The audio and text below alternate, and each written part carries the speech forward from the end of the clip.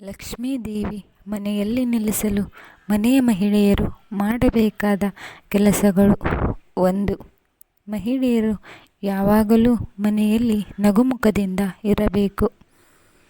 2. ಮಹಿಳೆಯರು ಸಂಜೆ ವೇಳೆ ಕಣ್ಣೀರು ಹಾಕಬಾರದು. 3.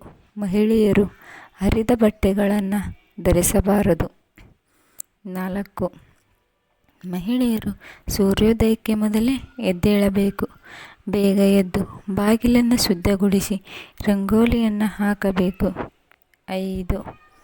ಮಹಿಳೆಯರು ಮನೆಯಲ್ಲಿ ಕೂದಲನ್ನು ಕೆದರಿಕೊಂಡು ಇರಬಾರದು. 6.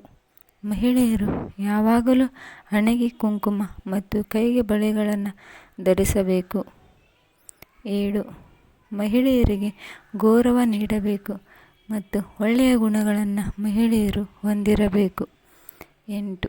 ಮಹಿಳೆಯರು ಸ್ನಾನ ಮುಗಿಸಿ ಬಂದು ದೇವರ ಪೂಜೆ ಮಾಡುವಾಗ ಕೂದಲು ಹರಿವಿಕೊಂಡು ಪೂಜೆ ಮಾಡಬಾರದು.